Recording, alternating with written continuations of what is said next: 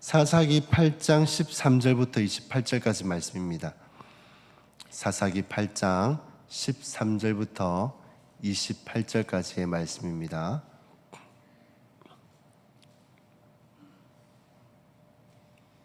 다 함께 한 목소리로 함께 읽도록 하시겠습니다.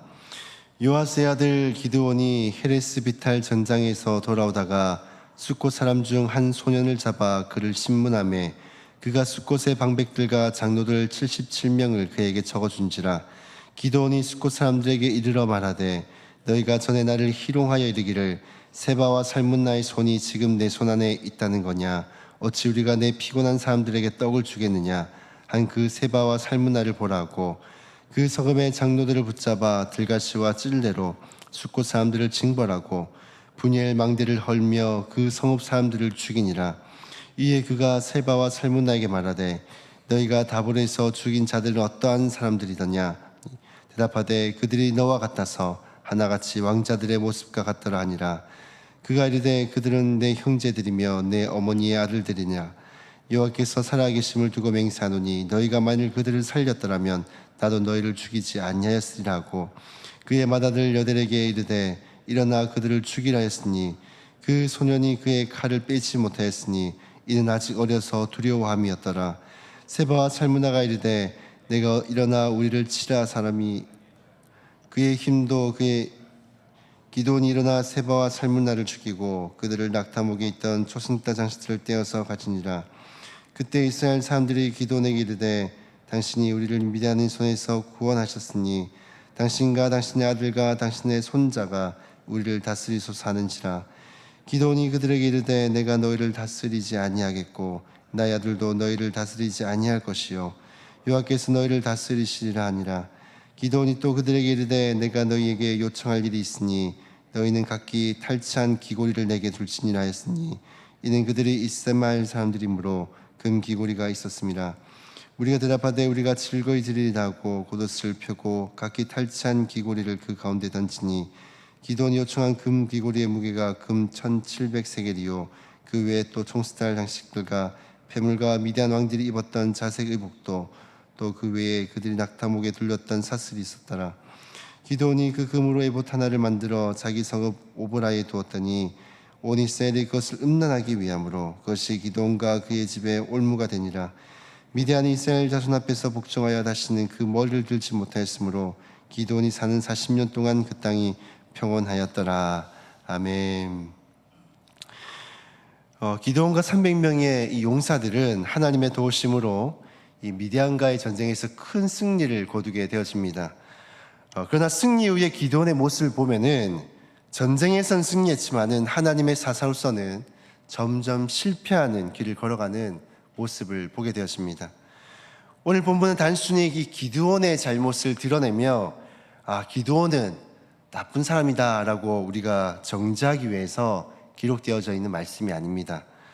오늘 성경은 이러한 기드온조차도 연약한 인간이었음을 우리에게 보여줌을 통해서 우리 인간은 결코 우리의 궁극적인 어떤 소망과 의지의 대상이 될 수 없음을 명확하게 보여주고 있는 것입니다. 그러면서 동시에 우리의 시선을 온전하신 그 사사이신 예수 그리스도를 향해서 우리의 시선이 자연스럽게 돌아가게끔 하고 있습니다. 사사들은 시대마다 하나님께 세우셨지만은 그들은 모두가 다 이 불완전한 존재였습니다. 그러나 예수님은 죄도 없으시고 또 실패도 없으신 완전하신 구원자가 되십니다.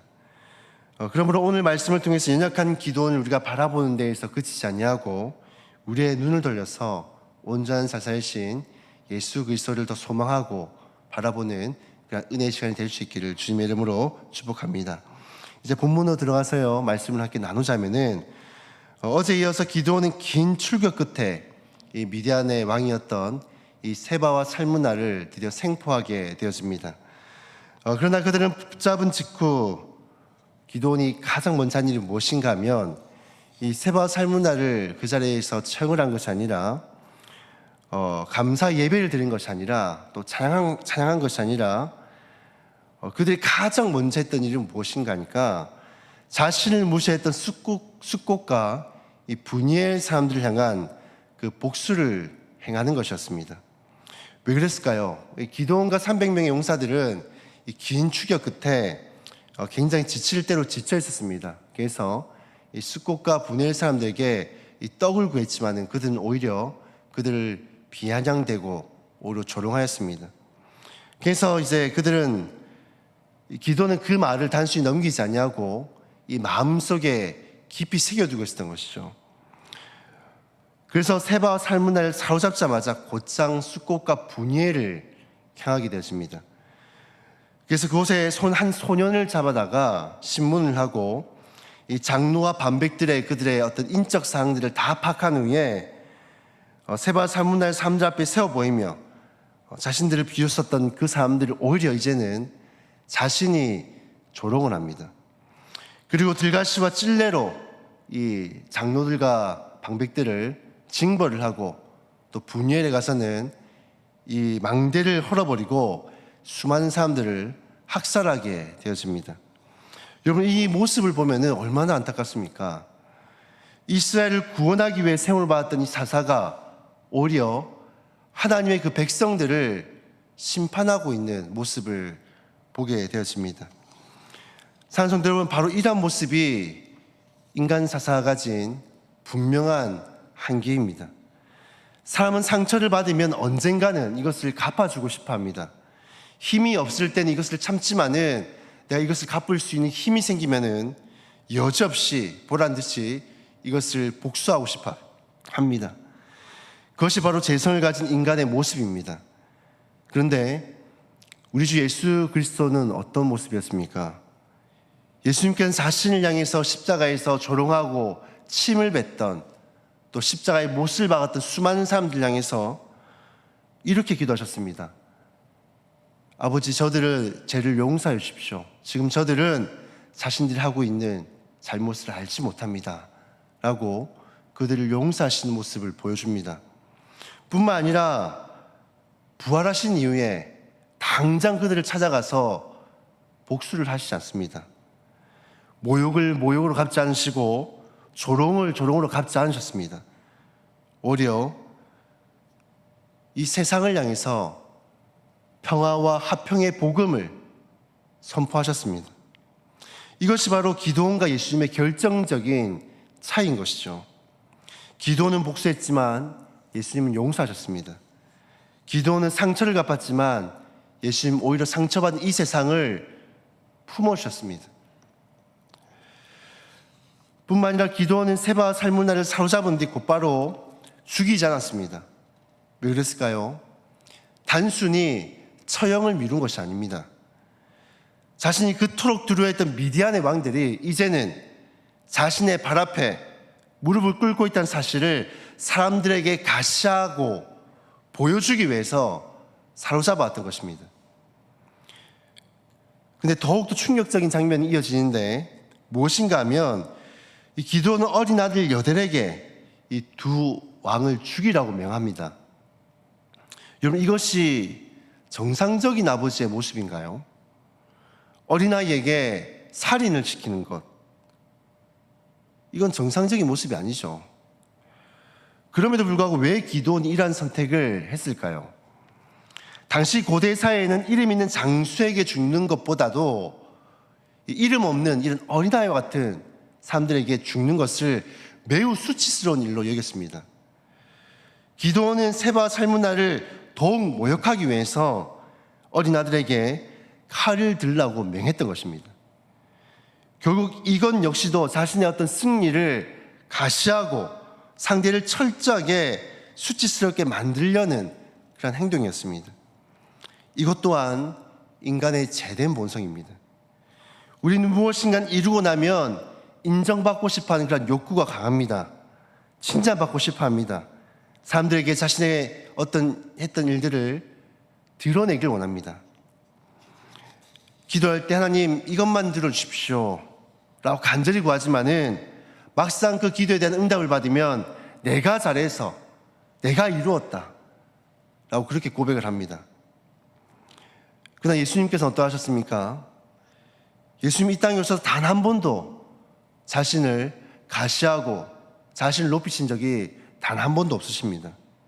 병자를 고치시고 죽은 자를 살리시고 오병이의 기적을 행하셨지만은 모든 영광을 오직 하나님 한 분께만 돌리셨습니다.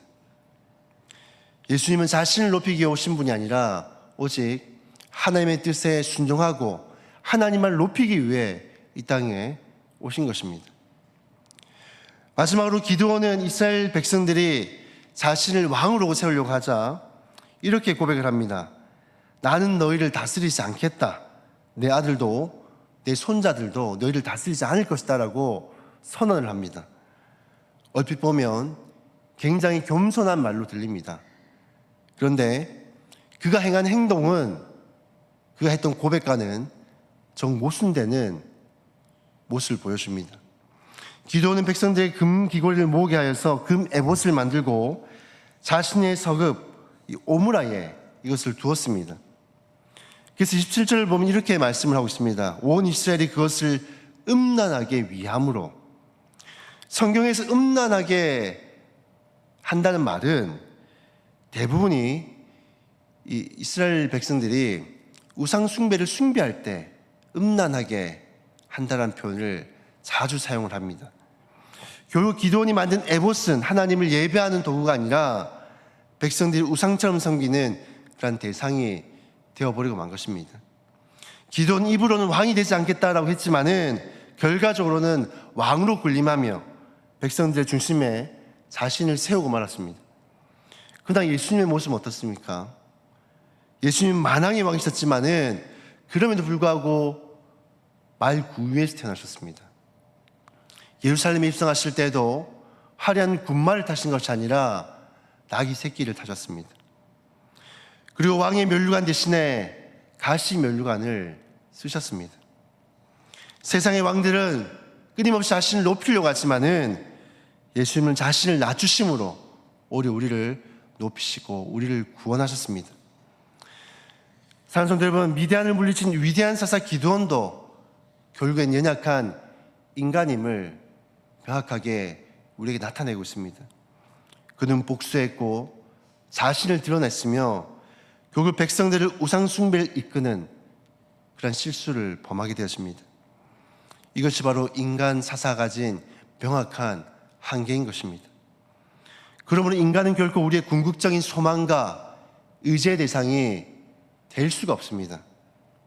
우린 종종 신앙생활을 하면서 사람을 주목하고 사람을 바라보고 사람을 의지할 때가 있습니다. 목회자를 바라보고 장로들을 바라보고 또 믿음 좋은 성도들을 바라보고 또 그들을 붙들고 의지하려고 합니다. 그러나 사람을 바라보고 신앙생활을 하기 시작하면은 언젠가는 결코 실망할 수밖에 없습니다. 왜냐하면 기드온만 연약한 것이 아니라 예수님을 제외한 모든 사람은 언제든 넘어질 수 있는 이런 재성을 가진 그 연약함을 가지고 있기 때문입니다. 그러므로 우리의 시선은 사람에게 머물러서는 결코 안 됩니다. 우리의 소망은 사람에게 있어서도 안 됩니다. 우리가 끝까지 바라보고 의지할 분은 오직 온전하시고 완전하신 그 구원자 되시는 예수 그리스도 한 분만을 우리가 바라봐야 되고 그분만을 소망해야 되고 그분만을 의지하며 살아가야 되는 것입니다. 사람은 실패할 수 있지만 예수님은 결코 실패하지 않으십니다. 사람은 우리를 실망시킬 수 있지만은 예수님은 결코 우리를 실망시키지 않으십니다. 그러므로 사람을 의지하며 살아가는 것이 아니라 온전한 사사되신 예수 그리스도만을 바라보고 의지하고 소망하며 오늘 하루도 그렇게 기도하며 살아가는 저 여러분들이 다 될 수 있기를 주님의 이름으로 축복합니다. 이 시간 우리가 말씀을 기억하시면서 함께 기도하며 나아갔으면 좋겠습니다. 우리가 사람 의지하지 않고 온전한 사사요 참된 구원자 되시는 예수 그리스도 한 분만을 소망하며 바라보며 의지하며 살아가는 주의 백성들이 다 되게 도와주시옵소서. 또 우리 여름 행사가 아직 끝나지 않은 가운데 있는데 여름 행사를 위해서 계속해서 기도해 주시고 또 각자의 개인 기도 제목들로 기도하시고 자유롭게 돌아가도록 하시겠습니다. 기도하시겠습니다.